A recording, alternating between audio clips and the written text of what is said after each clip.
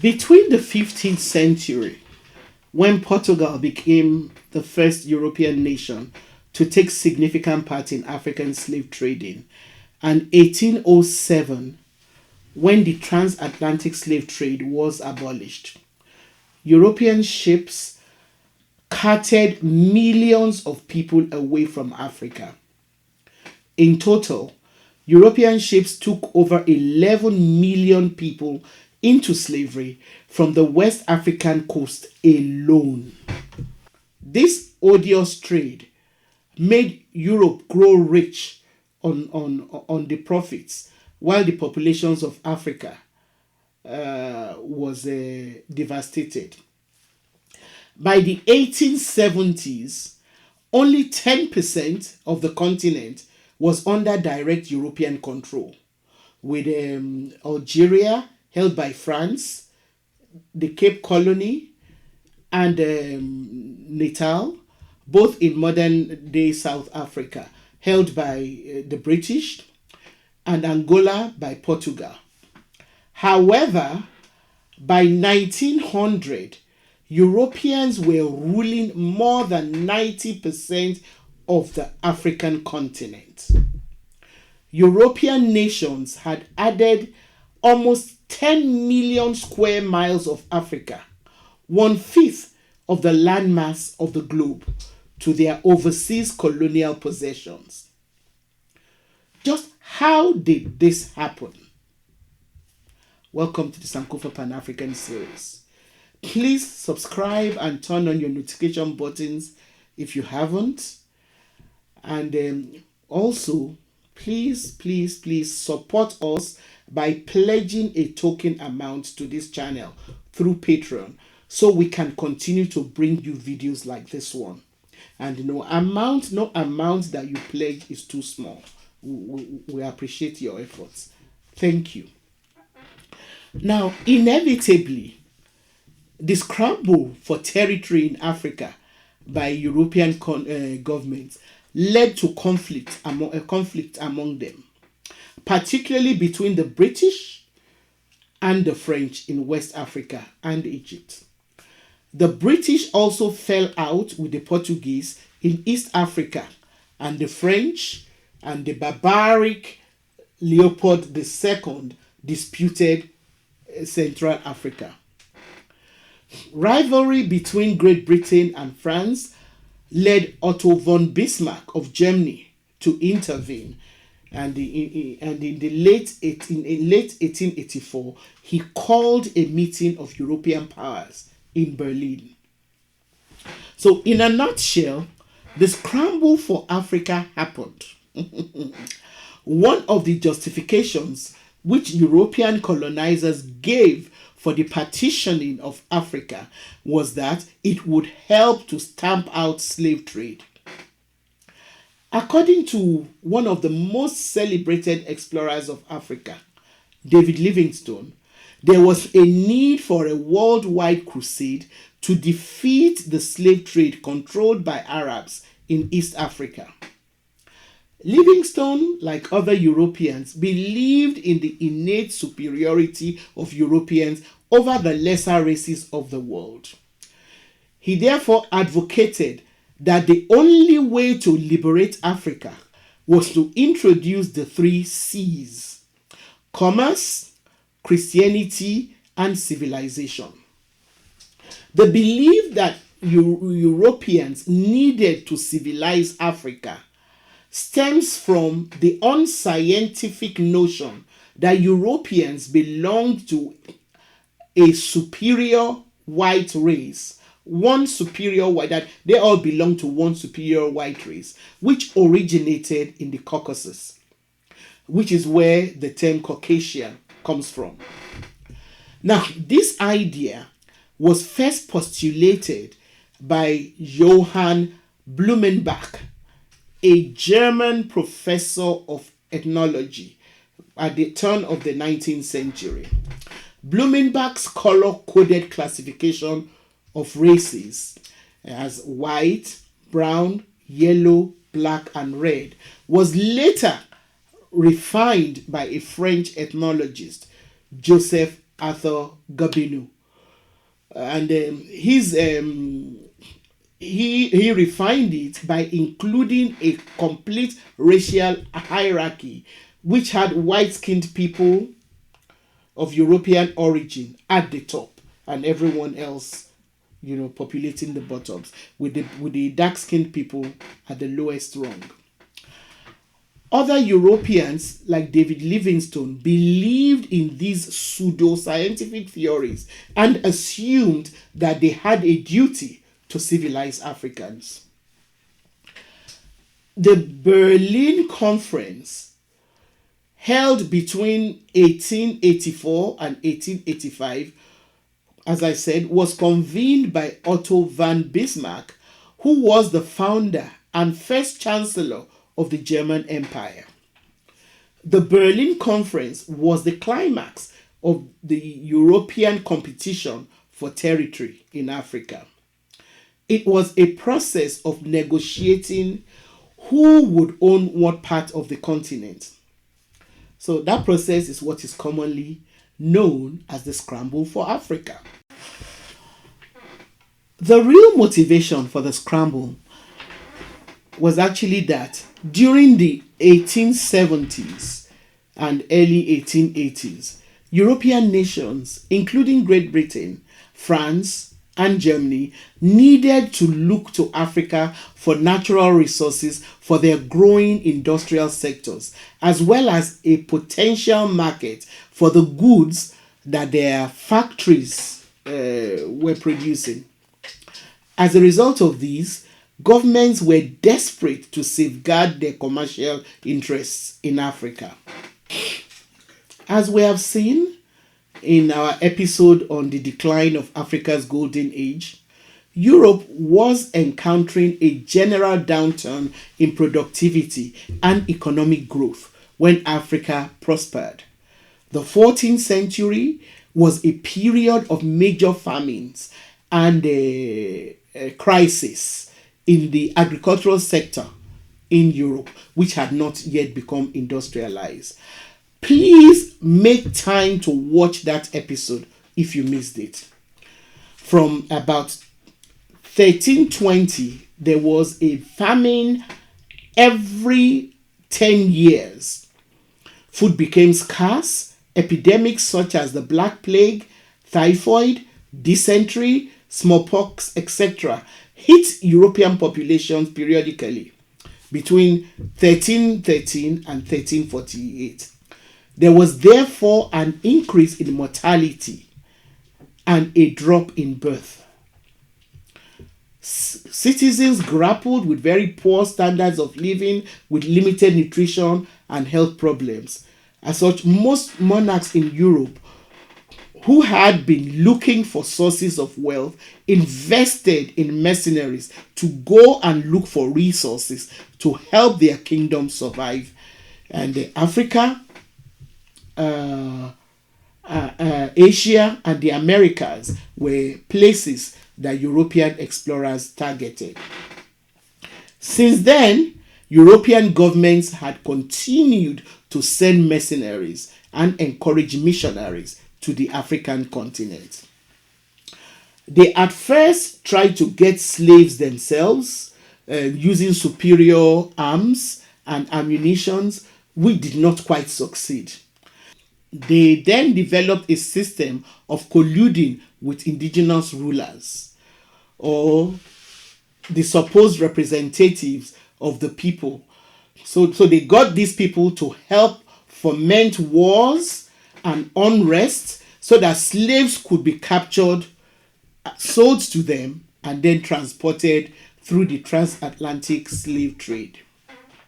Now, the avowed purpose of the Berlin Conference was to discuss the future of Africa and the stamping out of slavery, because most European countries had become industrialized, and so they no longer needed as much manual labor as they needed when they depended on slave trade. So an act was signed at the conference in Berlin. It's known as the Berlin Act of 1885, by 13 European powers, which had a the act had a resolution to stop, to help in the suppressing of slavery. So while on the surface, the stamping out of slavery sounds like a laudable venture, in reality, the major strategic and economic objective of the European countries was how to protect their old interests, trades, and markets in Africa, and how to exploit new ones. As I said, this was in the light of the Industrial Revolution. We did not require as much human labor as slave trade had provided. So the Berlin Conference, therefore, started the process of carving up Africa and putting up borders to suit European interests without taking into consideration the cultural or ethnic components of Africa. For example, Britain was primarily concerned with maintaining its lines of communication with India, its jewel in the crown. Hence, its interest in Egypt and South Africa. That was the reason why Britain was interested in holding on power in Egypt and South Africa, was to open, because of the lines of communication between the African continent and India through those places. But once these two areas were secured, imperialist adventurers like Cecil Rhodes encouraged the acquisition of further territory with the intention of establishing a Cape to Cairo railway. That is, railway lines stemming from Cape Coast in southern Africa to Cairo in Egypt towards the north. So Britain was also interested in the commercial potential of mineral-rich territories like the Transvaal, where gold was discovered in the mid-1880s. And so Britain was determined to prevent other European powers, particularly Germany and France, from muscling into areas which Britain considered within their sphere of its influence. As a result, during the last 20 years of the 19th century, Britain occupied or annexed Egypt, the Sudan, British East Africa, that is Kenya and Uganda, British Somalia, Southern and Northern Rhodesia, that is Zimbabwe and Zambia, Bechuana land, which is Botswana, Orange Free State, and the Transvaal, both in South Africa, Gambia, Sierra Leone, Nigeria, British Gold Coast, which is modern-day Ghana, and Nyasa land, which is Malawi. These countries accounted for more than 30% of Africa's population, and all of them were taken over by the British. The other chief colonizers of Africa were France, Germany, Belgium, Italy, Portugal, and Spain. Germany, which had only been unified in 1871, acquired German Southwest Africa, which is present-day Namibia, in 1884. An attempt by the Herero and Nama owners of the area to free themselves from the stranglehold of Germany in 1904, and this stranglehold was provoked by the brutality of the German settlers, met with unmentionable violence, which left tens of thousands of Herero and Nama men, women, and children exterminated. Please take the time to check out our episode on the Namibian genocide if you have not yet watched it. It was a horrific, part of human history which we need to always keep in mind, because reparation hasn't been made. Now, similarly, Leopold II of Belgium, who aspired to increase his personal wealth by acquiring African territory, hired agents to lay claim to vast tracts of land in Central Africa. In subsequent meetings, Britain, France, Germany, Portugal, and Leopold II of Belgium negotiated their claims to African territories, which were then formalized and mapped out according to their interests. During the conference, these European leaders also agreed to allow free trade among the colonies. They then established a framework for negotiating future European claims in Africa. Neither the Berlin Conference itself nor the framework for future negotiations allowed any African people to have a say about the partitioning of their homelands.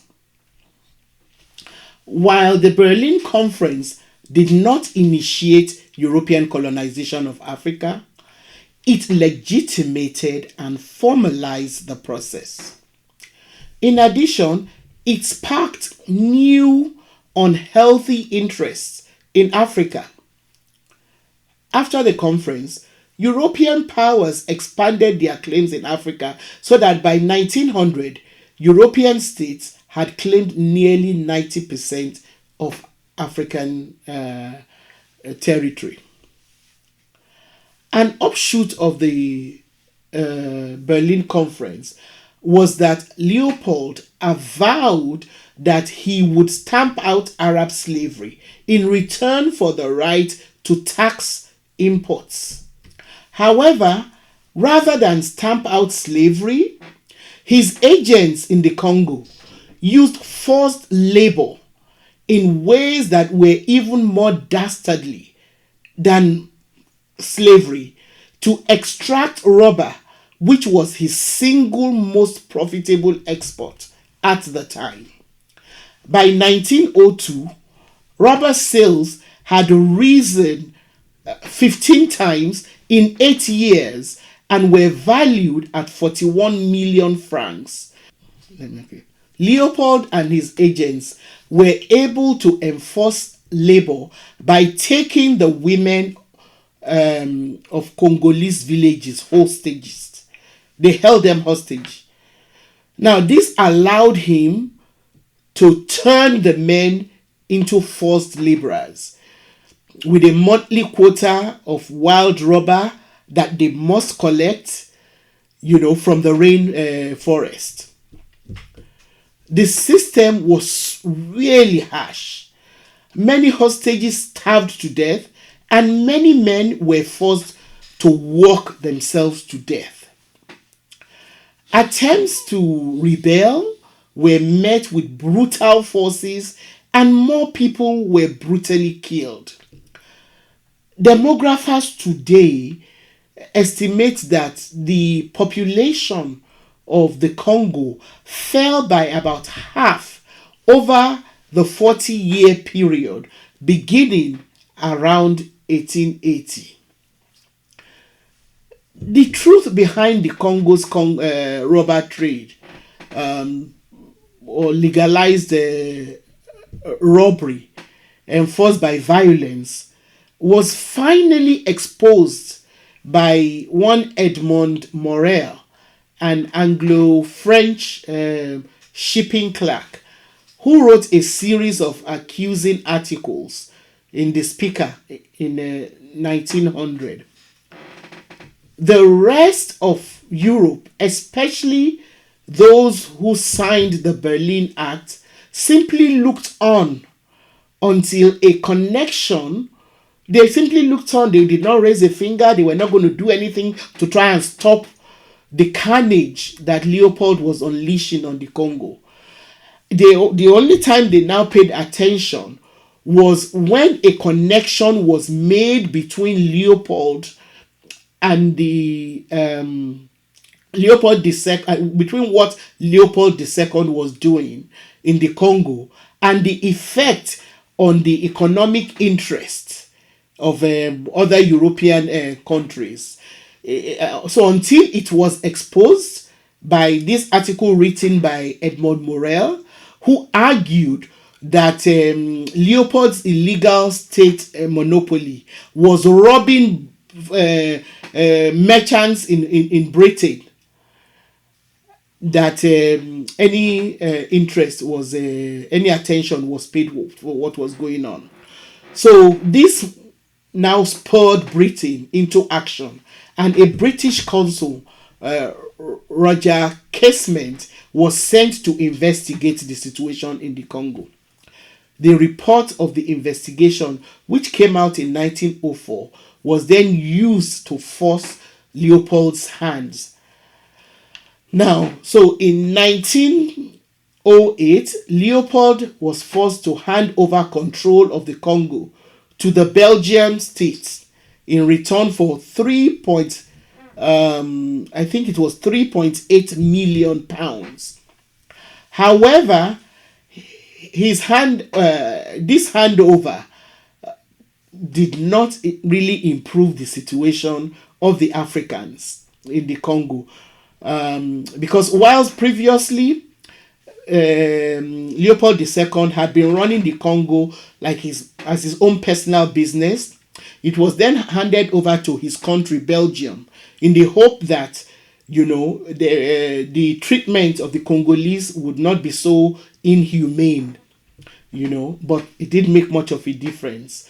So this handover did not improve the situation of the Africans in the Congo, because the forced labor system continued. And even during World War I, forced labor now took another form, when tens of thousands of Congolese were conscripted as potters for the Belgian army.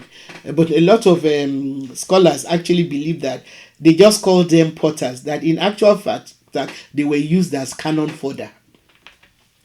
Now, the forced labor system did not change significantly until the early 1920s, when Belgian colonial authorities realized that the population was dropping so rapidly that they soon might not have any more labor force there to work with.